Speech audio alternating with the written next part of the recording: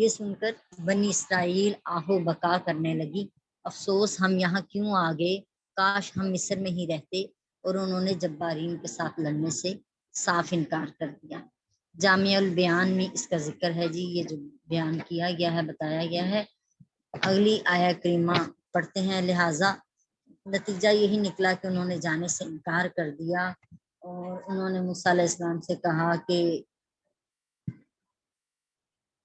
ہم ہرگز ان کے ساتھ لڑائی نہیں کریں گے جب تک کہ وہ جبارین خود سے ہی کیوں نہ چھوڑ کے چلے جائیں وہ جگہ، پھر ہم وہاں جائیں گے۔ سورہ المائدہ کی آیت نمبر 23 ہے۔ قال رجلان من الذین یخافون انعم اللہ علیہم ادخلوا علیہم الباب فاذا دخلتموہ فانکم غالبون وعلی اللہ فتوکلوا ان کنتم مؤمنین۔ قال رجلان، دو آدمی نے کہا، من الذین یخافون، ان میں سے جو ڈرتے تھے، انعم اللہ، اور جن پر اللہ نے انعام کیا تھا، علیہما، ان دونوں پر انعام کیا تھا، ان دونوں نے کہا، ادخلوا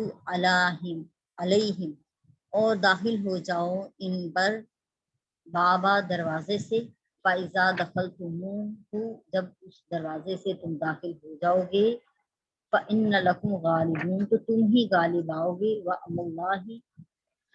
فتوکلوا، اور اللہ ہی کی ذات پر بھروسہ کرو، یا کنتم مؤمنین، اگر واقعی تم ایمان والے ہو۔ محاورتاً پڑھ لیتے ہیں کہ جی دو مرد جو کہ اللہ سے ڈرنے والوں میں سے تھے، اللہ نے انہیں نوازا، بولے کہ زبردستی دروازے میں ان پر داخل ہو جاؤ، اگر تم دروازے میں داخل ہو گئے تو تمہارا ہی غلبہ ہے، اور اللہ ہی کی ذات پر بھروسہ کرو اگر تمہیں ایمان ہے۔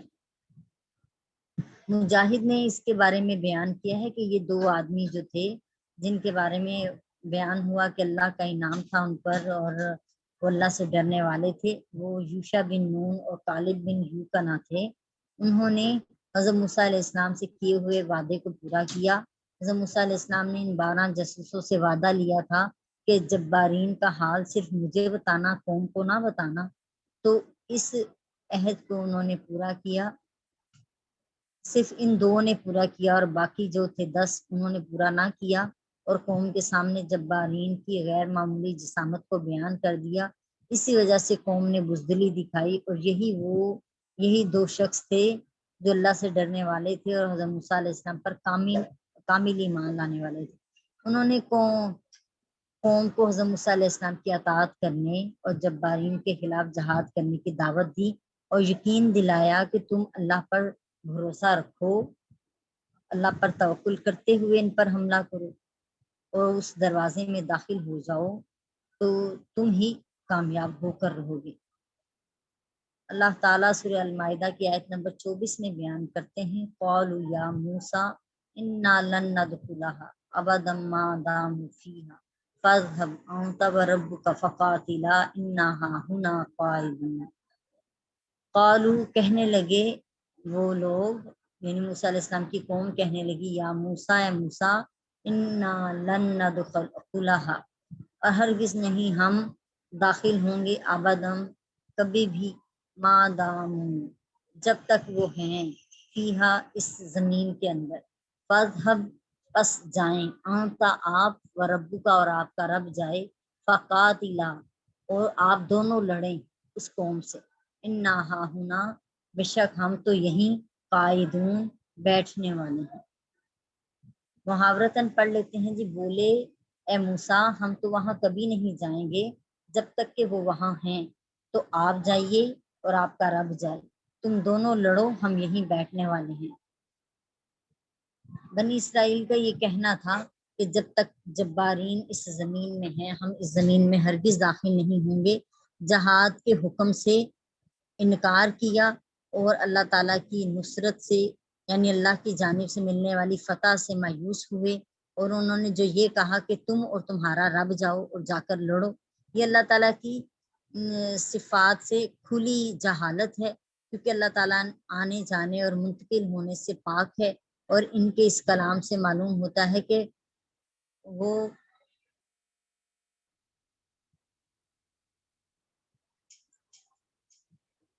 ان کے عقیدے میں یہ تھا کہ وہ اللہ تعالیٰ کی جسیمیت کے قائل تھے۔ حضرت بصری نے کہا کہ اس وجہ سے ان کا یہ قول کفر ہے، اور اگر ان کے قول کا یہ مطلب ہو کہ اگر آپ رسول برحق ہیں تو ہماری بنسبت اللہ کی نصرت حاصل کرنے کے زیادہ حقدار ہیں، اس لیے اللہ کی نصرت پر توکل کرتے ہوئے آپ ہی جائیں اور جا کے لڑیں، تب بھی یہ قول کفر کلمہ ہے، کیونکہ انہوں نے حضرت موسیٰ علیہ السلام کی رسالت میں شک کیا، اور یہ بھی کہا کہ ان کے قول میں رب سے مراد حضرت ہارون علیہ السلام ہے، کیونکہ حضرت ہارون علیہ السلام حضرت موسیٰ علیہ السلام سے بڑے تھے اور حضرت موسیٰ علیہ السلام ان کی اطاعت کرتے تھے، تب بھی ان کے اس قول کے فسق ہونے میں کوئی شک نہیں ہے۔ اللہ تعالیٰ نے بعد والی آیت میں ان کو فاسق ہی فرمایا ہے۔ یہ یہودیوں کا اپنے نبی کے ساتھ سلوک تھا، اس کے مقابلے میں مسلمانوں کا اپنے نبی کے ساتھ معاملہ دیکھیے۔ امام محمد بن اسماعیل بخاری صحیح بخاری شریف میں بیان کرتے ہیں حضرت عبداللہ بن مسعود رضی اللہ تعالیٰ عنہ سے کہ جنگ بدر کے دن حضرت مقداد نے کہا یا رسول اللہ صلی اللہ علیہ وسلم، ہم اس طرح نہیں کہیں گے جس طرح بنی اسرائیل نے حضرت موسیٰ علیہ السلام سے کہا تھا کہ آپ اور آپ کا رب جائیں اور دونوں ان سے جنگ کریں، بے شک ہم یہیں بیٹھے رہیں گے، لیکن آپ چلیے ہم آپ کے ساتھ رہیں گے۔ تو گویا رسول اللہ صلی اللہ علیہ وسلم کے چہرے سے پریشانی کا بادل چھٹ گیا۔ حضرت مقداد سے سن کر دوسرے صحابہ بھی اسی طرح کا قول ہی کہنے لگے۔ سورہ المائدہ کی آیت نمبر 25 میں اللہ پاک بیان فرماتے ہیں قال ربی انی لا املک الا نفسی و اخی فافرق بیننا و بین القوم الفاسقین۔ قال حضرت موسیٰ علیہ السلام نے کہا ربی اے میرے رب، انی بشک میں لا املک الا نفسی، میں نہیں کچھ اختیار رکھتا مگر صرف اپنی ہی جان کا، و اخی اور اپنے بھائی کے بارے میں اختیار رکھتا ہوں، ففروق بیننا بس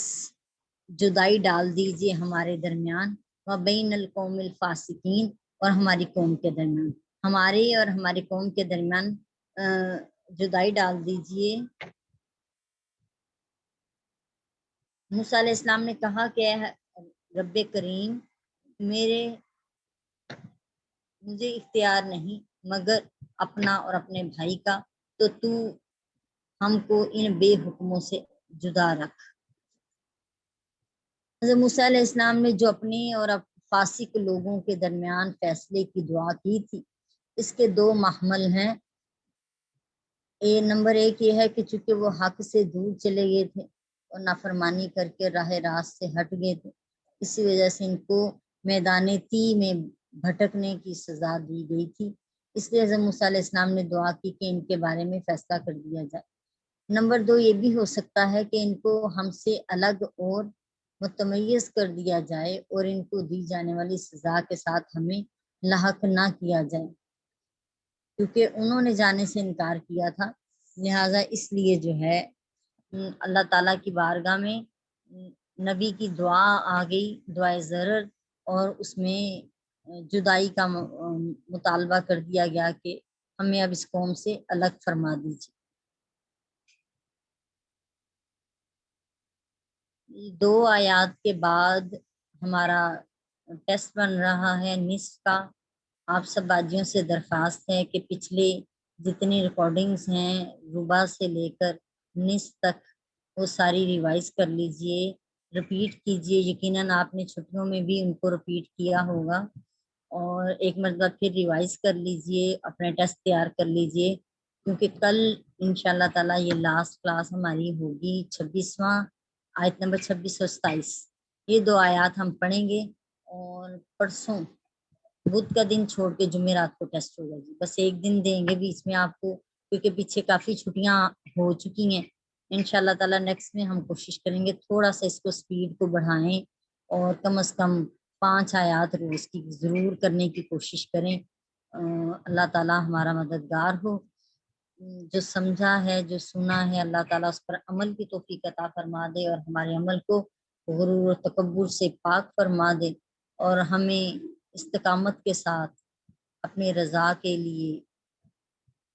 راہ حق پر چلنے کی توفیق عطا فرما دے۔ وما علینا الا البلاغ المبین۔ صدق اللہ العظیم۔ سب کو السلام علیکم ورحمۃ اللہ وبرکاتہ۔